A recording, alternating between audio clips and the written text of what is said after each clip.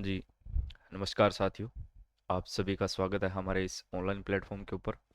आज की क्लास के अंदर अपनी चर्चा करेंगे अजमेर के चौहान, यानी कि जो चौहान राजवंश है उसके बारे में बात करेंगे। हमारा जो स्कूल व्याख्याता का फर्स्ट पेपर है उसके अंदर केवल अजमेर के चौहानों के बारे में टॉपिक के अंदर दिया गया है, इसलिए हमें जो चर्चा करनी है वो अजमेर के जो चौहान हैं जिनके अंदर जो पुराने पेपर हैं स्कूल व्याख्याता के, जहाँ तक मैंने देखे हैं उनके अंदर जो अजमेर के चौहान में से सबसे जो मुख्य है, एक तो आपके विग्रहराज चतुर्थ, और उसके बाद के अंदर जो पृथ्वीराज तृतीय थे, ठीक है, सम्राट पृथ्वीराज, उनके बारे में अभी तक जो है ज़्यादा प्रश्न पूछे गए हैं। ठीक है। और इसके साथ साथ इनकी उत्पत्ति है जिनके ऊपर भी अपने को क्या है चर्चा करनी पड़ेगी। ठीक है। तो चलिए शुरू करते हैं चौहान राजवंश। सबसे पहले मैं बात करूं, जो चौहान राजवंश है उसकी शुरुआत होती है वासुदेव चौहान से, और इनके बारे में जो हमें जानकारी मिलती है वो मिलती है बिजोलिया शिलालेख से। अब जितने भी राजवंश हैं उनकी उत्पत्ति को लेकर क्या है, जितने भी हमारे इतिहासकार हैं वो उनके अंदर एक मत नहीं है। चाहे आप कोई भी राजवंश पढ़कर देख लेना, चाहे अब इससे पहले वाली क्लास के अंदर अपनों ने प्रतिहार राजवंश पढ़ा था, ठीक है, और हमारे जो टॉपिक के अंदर केवल अजमेर के चौहान राजवंश दे रखा है। हालांकि जो चौहान थे वो केवल अजमेर के अंदर नहीं थे, इससे पहले वो संपादलक्स शाकंभरी वाले इलाके में थे, नाडोल के अंदर अलग चौहान थे। ये सभी आपस के अंदर क्या है जुड़े हुए हैं। सिरोही के अंदर देवड़ा चौहान थे, कोटा बूंदी वाली साइड हाड़ा चौहान थे, ठीक है। तो लेकिन जो इनकी शाखा का प्रारंभ होता है वो होता है संपादलक से। इनका जो आदि पुरुष वासुदेव जो चौहान है 550 या 51 ईस्वी के आसपास, इन्होंने क्या है चौहान राजवंश की नींव डाली थी। तो सबसे पहले अपने इनकी थोड़ी सी उत्पत्ति के ऊपर चर्चा कर लेते हैं। उत्पत्ति, जो आपके चौहान राजवंश है उनकी उत्पत्ति के बारे में बातचीत कर लेते हैं। चौहान, या कहीं जगह आपको चाहमान भी देखने को मिलेगा। यदि मैं इनकी बात करूं उत्पत्ति, क्योंकि जितने भी अपने राजवंश पढ़ेंगे सबसे पहले इनकी उत्पत्ति को जानना जरूरी है, क्योंकि इनकी उत्पत्ति में से काफी प्रश्न आते हैं और वही सेम बातें आएंगी बार बार निकल कर। कोई इनको अग्निवंश मानेगा, कोई इनको सूर्यवंशी मानता है, कोई इनको चंद्रवंशी मानता है, और कुछ विद्वान जो है इनको क्या है, इनका संबंध विदेशी जातियों से बताते हैं। क्योंकि इतिहास के बारे में कुछ एक जो प्रसिद्ध राजा हैं उनके बारे में तो जानकारियां फिर भी मिल जाती है, लेकिन बहुत सारे कालक्रम, जैसे इनके बाद अगला राजा कौन आएगा, विस्तृत जानकारियां हमें देखने को नहीं मिलती है।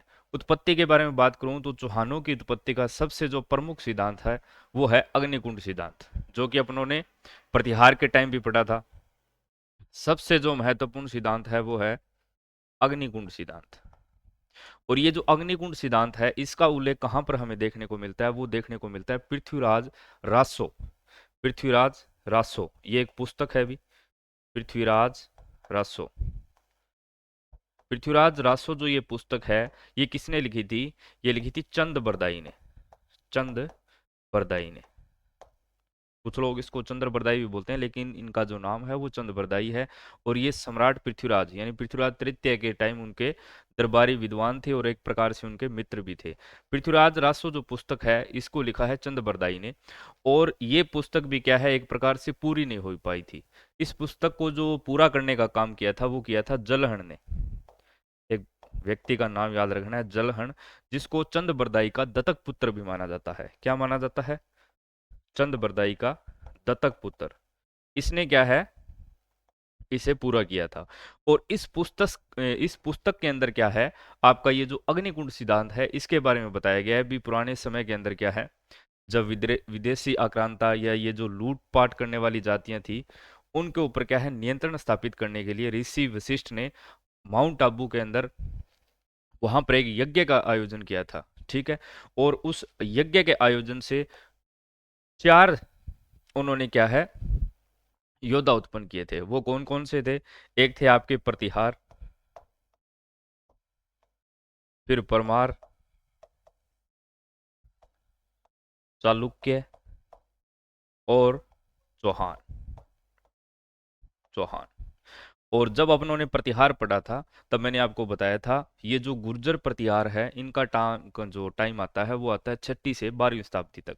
लेकिन इनके जो चरम यानी उत्कर्ष का जो टाइम था वो 6ठी से 9वीं शताब्दी के आसपास था। प्रारंभ में ये जो चौहान होते थे ये प्रतिहारों के क्या होते थे, सामंत हुआ करते थे। ठीक है, जब अपने आगे मैं चर्चा और करूंगा। वासुदेव के बाद में यहाँ पर और भी अन्य राजा आए थे, लेकिन यहाँ पर चौहानों के अंदर अपने आप को सामंत मानने से जो इनकार करता है या अपने आप को स्वतंत्र चौहान शासक घोषित करने का काम करता है, वो करता है गुहक प्रथम। लेकिन ये जो सभी चौहान है, गुहक प्रथम हो गया, गुहक द्वितीय है, आपके जो चंदन राज है, दुर्लभ राज है, इनका संबंध जो है वो संपादलक्स शाकंभरी के चौहानों से है। और हमारे टॉपिक के अंदर केवल अजमेर के चौहान दे रखा है और यहीं से प्रश्न पूछे गए हैं, इसलिए ज्यादा मैं उन पर चर्चा नहीं करूंगा। ठीक है, तो एक तो आता है, हाँ, उत्पत्ति हमें पढ़नी पड़ेगी भी, इनकी उत्पत्ति के जो सिद्धांत है, कौन कौन इनका संबंध किससे जोड़कर देखता है, वो हमें ध्यान में रखना है। तो पृथ्वीराज राजसो, जिसके रचयिता कौन थे, चंद बरदाई, उन्होंने ये माना है जो चौहानों की उत्पत्ति है वो अग्निकुंड यज्ञ से हुई है। और इस बात का जो समर्थन करते हैं, इसका जो समर्थन करते हैं वो कौन कौन थे, तब आपको ध्यान में रखना है।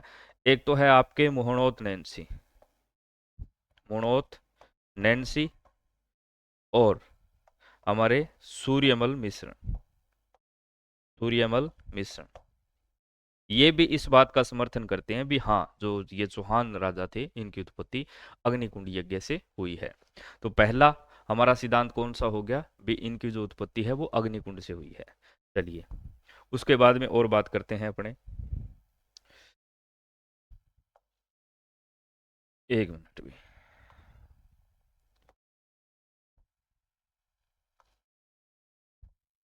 अगला जो हमारा सिद्धांत है वो है सूर्यवंशी। ये जो मैं सभी आपको पढ़ा रहा हूँ, इनकी उत्पत्ति के सिद्धांत, ये लगभग सभी के अंदर आपको एक प्रकार से दिखने में समान दिखाई देंगे। और ये जो हमारे प्रमुख इतिहासकार है, गौरीशंकर हीराचंद योद्धा है, डॉक्टर दशरथ शर्मा है, चूरू वाले गोपीनाथ शर्मा जी हैं, तो इनके बारे में एक आध प्रश्न उत्पत्ति में से पूछ लिया जाता है। तो एक बार पढ़ लोगे ना आप, तो आपको अच्छे से याद हो जाएगा। ज्यादा कोई मुश्किल वाली इसके अंदर क्या है, कोई बात नहीं है। अब ये जो सूर्यवंशी है, यानी जो चौहान राजा है, उनकी उत्पत्ति सूर्य से हुई है, इस बात का समर्थन करने वाले जो हमारी सबसे प्रसिद्ध पुस्तक है वो है पृथ्वीराज विजय, पृथ्वीराज विजय। पृथ्वीराज चौहान के टाइम सबसे जो इनके जो दरबारी विद्वान थे उसमें महत्वपूर्ण थे, एक तो आपके चंद्रबरदाई और दूसरे थे जानक भट्ट। इस पुस्तक का निर्माण किसने किया है या किसने रची है इसको, वो रची थी है जानक। इसके अलावा आपके जो हमीर रासो, जोधराज और हमीर महाकाव्य, जिसकी रचना की थी नैन चंद्र सूरी ने, इन पुस्तकों में भी क्या है, चौहानों की उत्पत्ति है वो सूर्य से बताई गई है। और इस बात का जो सबसे ज्यादा जो समर्थन करते हैं वो कौन करते हैं, आपके, मैं लिख रहा हूँ, सीधा लिख रहा हूँ, GH ओझा जी, गौरी शंकर, डॉक्टर गौरी शंकर हीराचंद ओझा जी, जो कि आपके सिरोही वाले हैं, वो इनके चौहानों का सूर्यवंशी होने का हवाला देते हैं। GH ओझा जी एक प्रकार से क्या करते हैं, इस बात का समर्थन करते हैं भी हाँ बिल्कुल, इनकी जो उत्पत्ति है या इनका जो संबंध है वो सूर्यवंश से है। इसी प्रकार से एक अगला इनकी उत्पत्ति के संबंध में आता है, वो आता है चंद्रवंशी, यानी इनका जो संबंध है वो चंद्रमा से है, ना कि सूर्य से है। तो इस बात की जो पुष्टि करता है वो करता है हंसी का अभिलेख। आपको ये केवल नाम याद रखने हैं, हंसी का अभिलेख, और एक याद रख लेना, अचलेश्वर,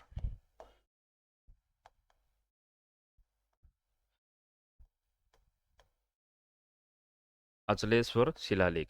ये जो आपका अचलेश्वर ये शिलालेख है, ये हमें मिलता है सिरोही के अंदर। कहाँ मिलता है, सिरोही के अंदर, जिसके अंदर क्या है, चौहानों को चंद्रवंशी बताया गया है। और ये जो हांसी का अभिलेख है, ये पृथ्वीराज द्वितीय के टाइम का है। कहाँ का है, ये पृथ्वीराज द्वितीय के टाइम का है। और ये जो हांसी जो है ये पड़ता है आपके हिसार के अंदर। हिसार आप सभी जानते हो, हिसार हरियाणा के अंदर। ठीक है, इस अभिलेख के द्वारा क्या बताया जाता है, ये जो आपके चौहान राजा है इनका संबंध किससे है, चंद्रमा से है। इसी प्रकार से एक और शिलालेख हमें देखने को मिलता है जो इनको इंद्र का वंशज बताता है, इंद्र के वंशज। इस बात की जो पुष्टि होती है वो होती है सेवाड़ी के अभिलेख से। ठीक है, सेवाड़ी के अभिलेख से। अब ये सेवाड़ी कहाँ पड़ता है अभी? ये सेवाड़ी पड़ता है पाली के अंदर। ठीक है, यहाँ पर एक रायपाल नाम का कोई चौहान शासक था, जो अपने आप को क्या बताता था भी हम जो चौहान जो है, हमारा जो वंश है वो इंद्र से प्रारंभ होता है। ठीक है, किससे संबंधित है? तो ऐसे भी याद रख सकते हो, रायपाल का क्या है? सेवाड़ी अभिलेख, जो पाली के अंदर देखने को मिलता है। इसके द्वारा ये पुष्टि की जाती है भी जो चौहान थे उनको किन का वंशज माना जाना चाहिए? उनको माना जाना चाहिए भाई इंद्र का वंशज क्या है माना जाना चाहिए। इसी प्रकार से जो हमारे एक और प्रसिद्ध इतिहासकार है डॉक्टर भंडारकर जी, उन्होंने इनको खज जाति से इनका संबंध बताया है, जो कि क्या है? एक विदेशी जाति है। तो वैसे बस आपको क्या है, नाम याद रखने हैं, घबराने की आवश्यकता नहीं है। डॉक्टर भंडारकर जी, इन्होंने क्या बताया है कि इनका संबंध जो है विदेशी जाति खज जाति से इनकी उत्पत्ति हुई है। और अगला जो हमारा मत है वो है विदेशी मत। जहां पर भी विदेशी की बात आएगी ना, जितने भी विदेशी इतिहासकार हैं, उन्होंने चाहे कोई भी राजवंश के बारे में बताया, चाहे वो गुहिल की आप बात कर लो, कछवाहा की आप बात कर लो, जहां पर भी उनकी उत्पत्ति की बात आएगी, वे इनका संबंध बाहरी यानी विदेशी जातियों से ही जोड़ेंगे। इनके अंदर आपको किसको याद रखना है? विदेशी मत का समर्थन कौन करते हैं? एक तो हमारे प्रसिद्ध कर्नल जेम्स टोड, ठीक है, दूसरा आपके विलियम स्मिथ, और एक और व्यक्ति का नाम याद रख लेना, विलियम कुक। इन तीनों का भी क्या मानना है भी इनका जो संबंध है वो विदेशी जातियों से है। ठीक है भी, चलिए अगला जो हमारा एक और आपको ध्यान में रखना है वो रखना है ब्राह्मण वंश, यानी चौहानों की उत्पत्ति जो है ब्राह्मण वंश से हुई है। इस बात की पुष्टि कौन करता है? इस बात की जो सबसे ज्यादा पुष्टि करता है वो करता है हमारा बिजोलिया का शिलालेख। ठीक है, कौन करता है? बिजोलिया शिलालेख। अब ये आपको मैं बता देता हूँ, बिजोलिया ये जो शिलालेख है, भीलवाड़ा के अंदर एक जगह है बिजोलिया किसान आंदोलन, ये आपने सुना भी होगा। तो यहाँ पर बिजोलिया नामक स्थान पर एक बिजोलिया शिलालेख मिला हुआ है। ठीक है, ये जो शिलालेख है ये चौहान शासक सोमेश्वर चौहान के टाइम का है, 1170 ईस्वी के आसपास का है। वहां पर एक पार्श्वनाथ जी का मंदिर, जैन मंदिर बना हुआ है, जहां पर ये शिलालेख मिला है। इस शिलालेख के अंदर चौहानों को वत्स गोत्रीय ब्राह्मण बताया गया है। और इस बात की पुष्टि हमारे जो चूरू के विद्वान है डॉक्टर दशरथ शर्मा जी, जिन्होंने द अर्ली चौहान डायस्टनीज नामक पुस्तक भी लिखी है, काफी बार परीक्षा के अंदर पूछी जाती है, उन्होंने भी इस बात की पुष्टि की है भी चौहानों की उत्पत्ति ब्राह्मणों से हुई है। तो इसका समर्थन कौन करते हैं? हमारे डॉक्टर दशरथ शर्मा जी। इन्होंने क्या है इस बात में समर्थन जताया है भी हाँ, ये जो चौहान शासक है इनकी उत्पत्ति किससे हुई है? इनकी उत्पत्ति भी ब्राह्मण वंश से हुई है। तो ये जो सभी मैंने मत मत आपको बताए हैं, ये आपको थोड़े से ध्यान में रखने हैं। बिजोलिया शिलालेख कहाँ मिला है? भीलवाड़ा के अंदर। चलिए थोड़ा सा बता ही देता हूँ, साथ में ये भी याद हो जाएगा। 1170 ईस्वी का है ये शिलालेख। ठीक है, और कौन से शासक के टाइम का है? तो याद रखना है सोमेश्वर चौहान। कौन थे सोमेश्वर चौहान? ये पृथ्वीराज तृतीय उनके पिता थे। ठीक है, इसके साथ इसके जो रचयिता है वो कौन थे भी? वो थे गुणभद्र। और इसको लगाने वाले यानी स्थापित करने वाले व्यक्ति कौन थे? वो थे जैन श्रावक लोलाक। और वहां पर पार्श्वनाथ जैन मंदिर में मिला है ये। और इसके अंदर चौहानों को क्या बताया गया है? सभी बातें लिख देता हूं। चौहानों को वत्स गोत्रीय ब्राह्मण बताया गया है। और इसके साथ साथ जो चौहानों का आदि पुरुष है वासुदेव चौहान, इसका भी जिक्र यहाँ पर इस शिलालेख के अंदर हमें देखने को मिलता है। और उसी के आधार पर यह अनुमान लगाया जाता है कि जो जितने भी चौहान शासक हैं इनका जो आदि पुरुष है वो कौन है भी? इनका जो आदि पुरुष, यानी जहां से इनकी शाखा का प्रारंभ होता है, वो कौन है? वो थे आपके वासुदेव चौहान। और इनका जो कालक्रम है वो है 551 ईस्वी का। बताया जाता है इन्होंने कहां पर संपादलक्स संपादलक्स नामक क्षेत्र के अंदर चौहान राजवंश की नींव डाली। और इसी के आसपास इन्होंने क्या है, एक सांबर झील का निर्माण करवाया था। सांबर झील का निर्माण। और इस बात की पुष्टि करने वाला अभिलेख या फिर शिलालेख कौन सा है? वो है हमारा बिजोलिया शिलालेख। और इसके साथ साथ इन्होंने अपनी जो राजधानी स्थापित की थी, राजधानी किसको बनाया था? राजधानी बनाया था आई छतरपुर। आई छतरपुर, जो कि वर्तमान समय में कहाँ, कौन सा इलाका है? नागौर वाला इलाका है। तो आपको ये बातें ध्यान में रखनी है। तो अब आ जाए भी चौहानों की उत्पत्ति के संबंध में जितने भी सिद्धांत हैं जो मैंने आपको बताए हैं, ब्राह्मण वंशी कौन मानता है, सूर्यवंशी कौन मानता है, ये बातें आपको याद रखनी पड़ेगी। आप चाहे जैसे भी लिख कर याद करो, पढ़ पढ़ कर याद करो, आपकी मर्जी है। चौहान शासकों का जो आदि पुरुष माना जाता है वो माना जाता है वासुदेव चौहान को। और इस बात की पुष्टि कौन करता है? हमारा बिजोलिया शिलालेख, जो कि 1170 ईस्वी का है और सोमेश्वर चौहान शासक के टाइम का। और ये सोमेश्वर जो चौहान है, इनका संबंध किस कहाँ पर है? तो ये अजमेर के शासकों के अंदर अपने इनको पढ़ते हैं, क्योंकि ये जो चौहानों की शाखा है, पुराने समय में ये जो राजा महाराजा हुआ करते थे, वो बहुत ज्यादा क्या है, उनके एक से ज्यादा रानियां हुआ करती थी। तो उनसे उत्पन्न जो संतानें हैं, कुछ क्या है वहीं पर निवास करती थी, कुछ अलग अलग जगह पर जाकर क्या है अपनी नई शाखा का प्रारंभ कर देते थे। जैसे अपने पढ़ते हैं नाडोल पाली के चौहान, जालोर के चौहान, जैसे कानड़देव हो गया, रणथंभौर के चौहान, अमीर देव चौहान प्रसिद्ध है एकदम, सिरोही के देवड़ा चौहान। तो ये क्या है, जैसे जैसे इनका परिवार बढ़ता गया, ये अलग अलग क्षेत्रों के अंदर जाकर क्या है अपनी एक नई शाखा का प्रारंभ कर देते थे। और वहां पर जो प्रसिद्ध राजा हुआ करता था, जिसका किसी के साथ विवाद हो, झगड़ा हो, ठीक है, जो किसी का जो प्रसिद्ध युद्ध वगैरह उसने किया है, तो उसके बारे में अपने को क्या है ज्यादा जानकारियां हमें देखने को मिल जाती है। क्योंकि जो इतिहास के बारे में संपूर्ण जानकारियां ज़्यादा हमें देखने को नहीं मिलती हैं। जो प्रसिद्ध राजा हैं उन्हीं के बारे में क्या है हमें किताबों के अंदर, या जो हमारे प्रसिद्ध इतिहासकार हैं उन्होंने ज़्यादा जिक्र किया है। तो ये बात हो गई भी इनका जो आदि पुरुष कौन था, वासुदेव चौहान। अब मैं बात करूं इस संपादक क्षेत्र के अंदर क्या है। इसके बाद वासुदेव के बाद अन्य भी राजा हुए, जैसे दुर्लभ राज हो गया, फिर गुवक हो गया। ये गुवक प्रथम जो था, ये वत्सराज के टाइम प्रतिहारों के क्या हुआ करते थे, सामंत हुआ करते थे।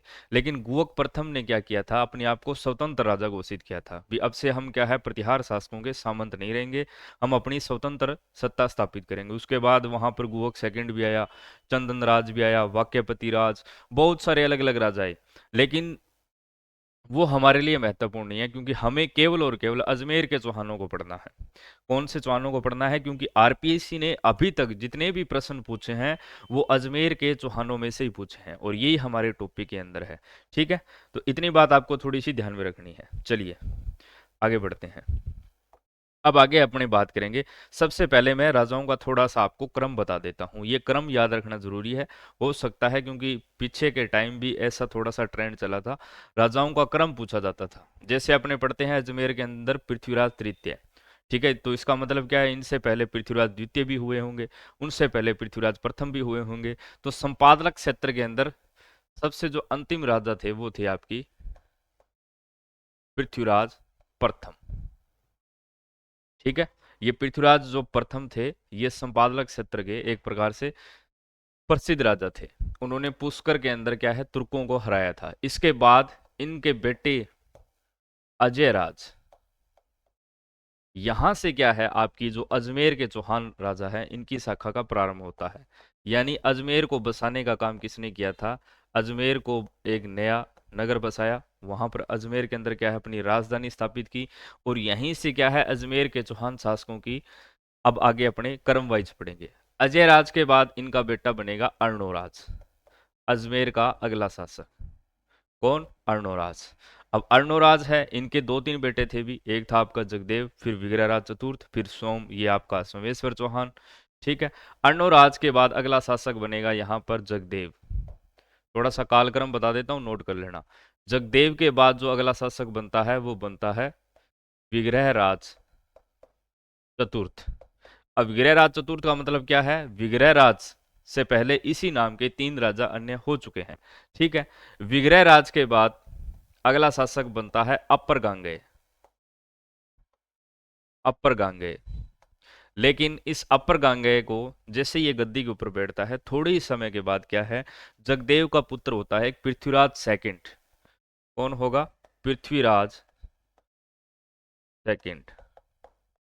अब देखिए, ये प्रश्न एक बार पूछा जा चुका है, पृथ्वीराज सेकंड, पृथ्वीराज तृतीय। तो हमें ध्यान रखना है, ये जो अजय राज के पिता थे वो कौन थे? पृथ्वीराज प्रथम। ठीक है। यहाँ पर जो अपने अब ये जो पृथ्वीराज पढ़ रहे हैं सेकंड, इसके बारे में संपूर्ण जानकारी नहीं है, लेकिन बताया जाता है कि ये जगदेव का क्या था? पुत्र था, जिसने विग्रहराज के बेटे अपर गंगे की हत्या करके गद्दी को हथिया लेता है। लेकिन इसके साथ भी एक दिक्कत ये होगी, ये जब मरा था तो ये निसंतान मरा था, इसके कोई भी संतान नहीं थी। तो वहां पर फिर से शासक कौन बन जाते हैं? इसके चाचा सोमेश्वर चौहान। सोमेश्वर चौहान। और सोमेश्वर चौहान के बाद इनका जो बेटा है, जिसको पूरा भारत जानता है, पृथ्वीराज तृतीय, जिन्होंने मोहम्मद गोरी के साथ तराइन का प्रसिद्ध युद्ध लड़ा था। तो इस प्रकार से ये थोड़ा सा क्रम आपको क्या है, ध्यान में रखना है। अजयराज, अजयराज के बाद अर्णोराज, फिर जगदेव, फिर विग्रहराज, फिर अपरगंगे, पृथ्वीराज द्वितीय, सोमेश्वर चौहान और पृथ्वीराज तृतीय। हालांकि इनके अंदर जो सबसे महत्वपूर्ण है वो विग्रहराज, आपके पृथ्वीराज, अर्णोराज और अजयराज। चलिए शुरू करते हैं। अब यहां से हमारा क्या है, एक प्रकार से टॉपिक शुरू हुआ है अजमेर के चौहान। सबसे पहले अजमेर के अंदर, अजमेर के चौहान, ये लीजिए भी, अजयराज।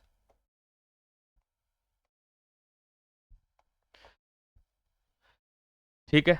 ये जो अजयराज जी हैं, इनका टाइम पीरियड जो है वो 1113 लेकर 1133 ईस्वी तक का है। इन्होंने ही सबसे पहले क्या किया था? अजमेर नगर बसाने का काम किया, और इसी को क्या बना लिया अपनी राजधानी।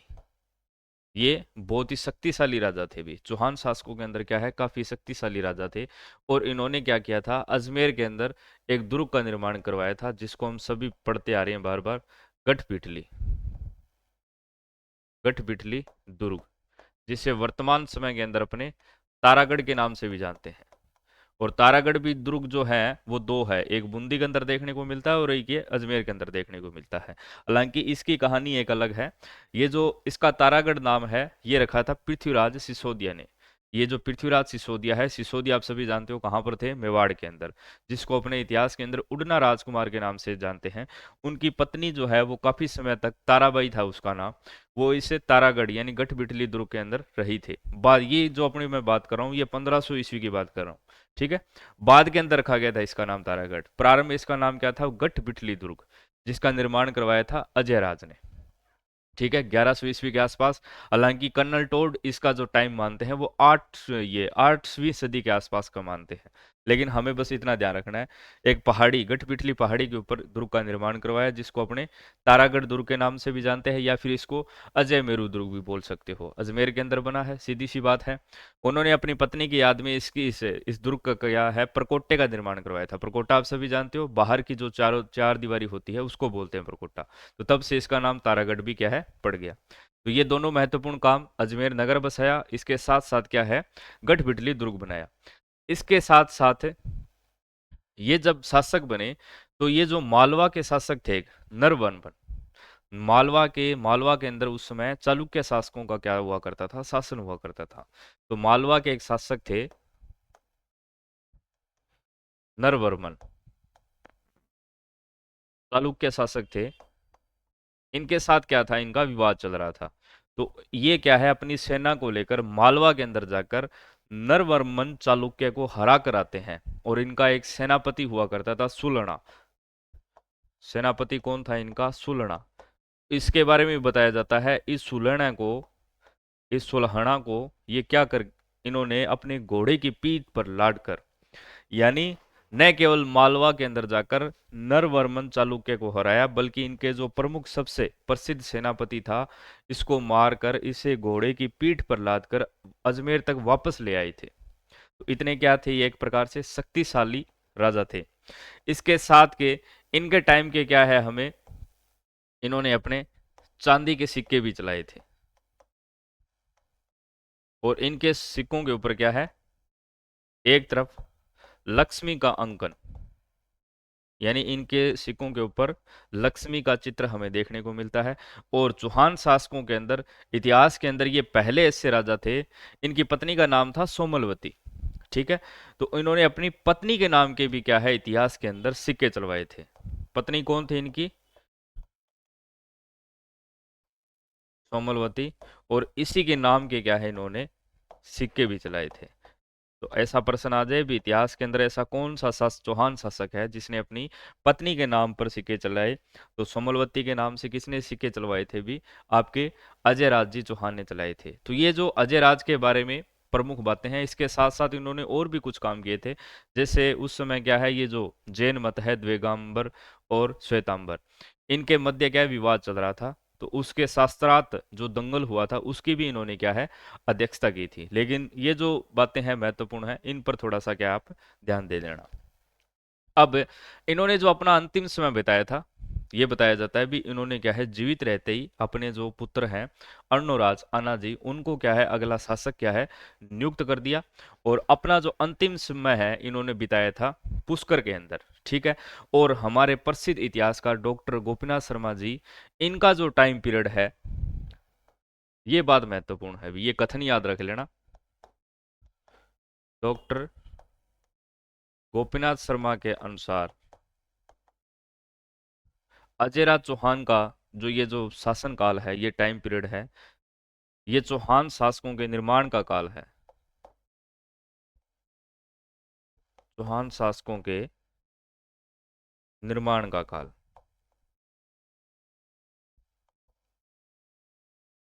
अब ये बात आपको याद रखनी पड़ेगी कथन, क्योंकि चौहान शासकों का जो स्वर्ण काल माना जाता है, सुनहरा काल माना जाता है, वो विग्रह चतुर्थ को माना जाता है। लेकिन यदि गोपीनाथ शर्मा के अनुसार अपने बात करें, तो जो इनके चौहान शासकों के निर्माण का काल है, क्योंकि आप देख रहे हो इन्होंने अजमेर नगर बसाया है, उसको अपनी राजधानी बनाया है, अजमेर दुर्ग, इस गठपिटली पहाड़ी पर एक दुर्ग का निर्माण करवाया है, मालवा के शासक को इन्होंने हराया है, अपने नाम के सिक्के चलाए हैं, शास्त्रार्थ दंगल की इन्होंने अध्यक्षता की है, अपनी पत्नी के नाम पर इन्होंने सिक्के चलाए हैं, और तुर्कों को हराने का क्या है, इन्होंने काम किया है। तो काफी महत्वपूर्ण शासक थे।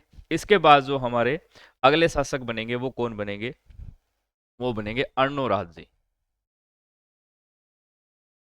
अर्णोराज, और इतिहास के अंदर अपने क्या नाम से जानते हैं इनको, आना जी। 1133 से लेकर 1155 ईस्वी तक क्या है, इनका टाइम पीरियड है, अर्णोराज जी। ठीक है, तो इनके पिता के बाद अगले शासक हमारे कौन बने, अर्णोराज चौहान जी। अर्णोराज चौहान जी, इनके बारे में अगर मैं बात करूं, तो अपने ज्यादातर किताबों के अंदर क्या पढ़ते हैं अभी, इन्होंने क्या है, आना सागर झील का निर्माण करवाया था। वो भी किस लिए, तुर्कों का रक्त साफ करने के लिए। तो याद रख लेना भी, क्या बनवाया इन्होंने, एक तो आना सागर झील का निर्माण करवाया है।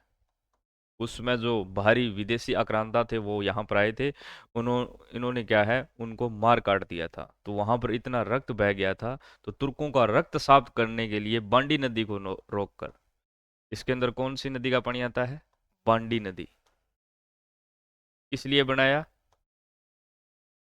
तुर्कों का रक्त साफ करने हेतु। पहली बात तो ये। इसके बाद में आना जी के बारे में और बात करूं, तो इन्होंने भी क्या है, मालवा के शासकों को हराया था। इसके साथ साथ इनका विवाद किसके साथ चल रहा था, गुजरात के एक शासक थे जय सिंह। ठीक है, जय सिंह के साथ क्या है, इनका विवाद चल रहा था। तो इन्होंने क्या है, उस जय सिंह, जो कि गुजरात के शासक थे उस समय, ठीक है, यहां पर मैं परमार शासकों की बात कर रहा हूं, जय सिंह के साथ इनका विवाद चल रहा था। तो इनके विवाद के कारण इन दोनों के मध्य क्या है, युद्ध होता है। हालांकि वहां पर ये जय सिंह को हरा देते हैं, जिसके कारण जय सिंह को इनके साथ संधि करनी पड़ती है। और जय सिंह जी क्या करते हैं, अपनी एक पुत्री कांचन देवी, कांचन देवी का विवाह किसके साथ कर देते हैं, आनाजी के साथ। पुराने समय में ऐसे ही हुआ करता था अभी, जब क्या है युद्ध वगैरह हो जाता था, तो उसके बाद में क्या है जब वो संधि वगैरह करते थे तो शांति व्यवस्था स्थापित करने के लिए है आपस के अंदर क्या है संबंध स्थापित कर लेते थे। तो ये अपनी पुत्री का विवाह किसके साथ कर देते हैं? आनाजी के साथ।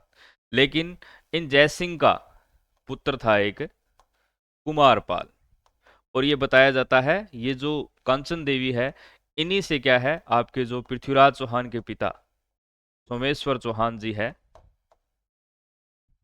इनका जन्म कांचन देवी से हुआ है। इनके बारे में मैंने बताया, इनके जो प्रमुख तीन चार संतानें थी, क्योंकि रानियां बहुत ज्यादा थी तो और भी हो सकती है, लेकिन ज्यादातर हमें चार संतानों का इनका उल्लेख देखने को मिलता है। एक तो इनकी पुत्री थी जलहणा, ठीक है। दूसरा सोमेश्वर जी चौहान, जगदेव और आपके विग्रहराज चतुर्थ, ठीक है। तो कुमारपाल क्या है कुछ समय तक तो क्या है ये जो इस कांचन देवी के क्या हो गए भाई हो गए, यानी आपके सोमेश्वर चौहान के मामा कौन हो गए? आपके कुमारपाल। लेकिन थोड़े टाइम बाद क्या है कुमारपाल वापिस आते हैं और इनके साथ एक बार फिर से विवाद हो जाता है। कुछ ये बताते हैं भी इनका किसी जगह को लेकर विवाद था, कुछ लोग ये बताते हैं भी एक बार ये बैठकर आपस में उस समय कुछ ये आपका खेल वगैरह खेल रहे थे, चौगान वगैरह खेल रहे थे, तो उसमें इनके बीच में क्या है विवाद हो जाता है। तो कुमारपाल वापिस से क्या कर देता है आपके अर्णोराज चौहान को हरा देते हैं। यानी इनके पिता जयसिंह जी है जो कि गुजरात के शासक है, वो पहले आनाजी से हार जाते हैं और अपनी पुत्री कांचन देवी का विवाह किसके साथ करते हैं? अर्णोराज जी के साथ। लेकिन जैसे ही जयसिंह के बाद उनका पुत्र वहां का शासक बनता है कुमारपाल, ये क्या कर देता है आनाजी को फिर से हरा देता है। तो इस कारण अर्णोराज अपनी पुत्री, इनकी एक पुत्री हुआ करती थी जलहणा, कौन थी? जलहणा। इस जलहणा का विवाह किसके साथ कर देते हैं? कुमारपाल के साथ। अपनी पुत्री जलहणा का विवाह किसके साथ कर देते हैं? कुमारपाल के साथ। और अभी आपको ये एक जैसे नाम आगे, ये नाम भी थोड़े से ध्यान में रख लेना। एक नाम अपनों ने पढ़ा था सुलहणा, जो कौन था? नरवर्मन चालुक्य का क्या था? सेनापति था, जिसे अजय राज जी घोड़े की पीठ पर लादकर अजमेर लेकर आए थे। एक व्यक्ति का नाम हमने पढ़ा था जलहण, जिसने पृथ्वीराज रासो ग्रंथ को पूरा किया था, जिसे चंद बरदाई का दत्तक पुत्र माना जाता है। एक यहाँ पर नाम आया है जलहणा, ठीक है। वो जलहण था, ये जलहणा है। जलहणा कौन है? ये अर्णोराज की पुत्री है, जिसका विवाह किसके साथ हुआ है? कुमारपाल के साथ। और इसी प्रकार से एक व्यक्ति का अपने और नाम आता है इनके जैसा ही है, कलहण, जिन्होंने रासतरंगिणी की रचना की थी, जिसके अंदर हमें कश्मीर का इतिहास देखने को मिलता है। तो ये चारों नाम थोड़े से क्या है नोट कर लेना, भी आपको याद रह जाएंगे। तो ये क्या है इनके प्रमुख काम है अर्णोराज ने? एक तो क्या है आना सागर झील का निर्माण करवाया है, किसका? एक तो तुर्कों का रक्त साफ करने के लिए, ठीक है। इसके अलावा और बात करूं तो इन्होंने पुष्कर के अंदर एक वराह मंदिर का भी निर्माण करवाया था, जो काफी बार पूछ लिया जाता है। इसके अलावा वराह मंदिर बनाया भी। वराह मंदिर कहाँ पर बनवाया? पुष्कर के अंदर। तो ये सभी इनके प्रसिद्ध काम है। ज्यादातर जो प्रश्न पूछे जाते हैं यही प्रश्न आता है, आना सागर झील का निर्माण किसने करवाया, या फिर वराह सागर, ये जो वराह मंदिर है पुष्कर का, उसके अंदर किसका निर्माण करवाया? इस वराह मंदिर का निर्माण पुष्कर के अंदर किसने कराया? तो हमारे आना जी ने करवाया था। और अन्य कुछ बातचीत करना चाहिए तो आना सागर झील जो कि अजमेर में पड़ती है काफी महत्वपूर्ण है। इसी के किनारे जहांगीर ने क्या है एक उद्यान का निर्माण करवाया था, वर्तमान में जिसको अपने सुभाष उद्यान के नाम से जानते हैं। और यहीं पर क्या है आपके शाहजहां ने 12 संगमरमर के क्या है दरवाजे भी लगाए थे, ठीक है। तो थोड़ा सा ध्यान रख लेना, ये जो आना सागर झील हमारे लिए थोड़ी सी महत्वपूर्ण है। इसके बाद इनका जो पुत्र होता है जगदेव, ये जो जगदेव है ये क्या करता है अपने पिता अर्णोराज की क्या है हत्या कर देता है गद्दी के लिए, ठीक है। अपने पिता की हत्या कर देता है। तो इसलिए जगदेव जो है क्या कहलाएगा अब? जगदेव चौहान शासकों के अंदर पितृहंता। तो अगला शासक हमारा कौन है? देखिए भी जगदेव। हालांकि ये थोड़े ही टाइम तक रहा था, 1155 से लेकर 1158 ईस्वी तक। इसका कोई भी महत्वपूर्ण काम नहीं है, ये अपने पिता अर्णोराज की हत्या कर देता है। इसलिए इसमें एक ही प्रश्न बनता है, चौहान शासकों में पितृहंता। पितृहंता यानी अपने पिता की हत्या कर गद्दी पर विराजित होने वाला व्यक्ति कौन है? जगदेव। अब इस बात से इनके भाई जो नाराज हो जाते हैं वो कौन थे आपके? विग्रहराज। विग्रहराज चतुर्थ ये क्या करते हैं अभी? इसको मार देते हैं और वापिस क्या कर लेते हैं? गद्दी को हथिया लेते हैं। तो अब अगला जो हम अपने राजा पढ़ेंगे वो पढ़ेंगे विग्रहराज चतुर्थ, जो सबसे महत्वपूर्ण है। 1158 से लेकर 1163 ईस्वी तक क्या है? शासन करते हैं। चलिए साथियों, तो क्लास क्या है ज़्यादा बड़ी हो जाएगी। अब अपने जो विग्रहराज चतुर्थ है या इसके बाद आगे जो आपके सोमेश्वर चौहान है, पृथ्वीराज तृतीय है, इनके बारे में पढ़ेंगे अपनी अगली क्लास के अंदर। ठीक है, मैं उम्मीद करता हूँ आपको अच्छे से समझ में आया होगा। क्लास को ज़्यादा से ज़्यादा लाइक, कमेंट और शेयर कीजिए। धन्यवाद।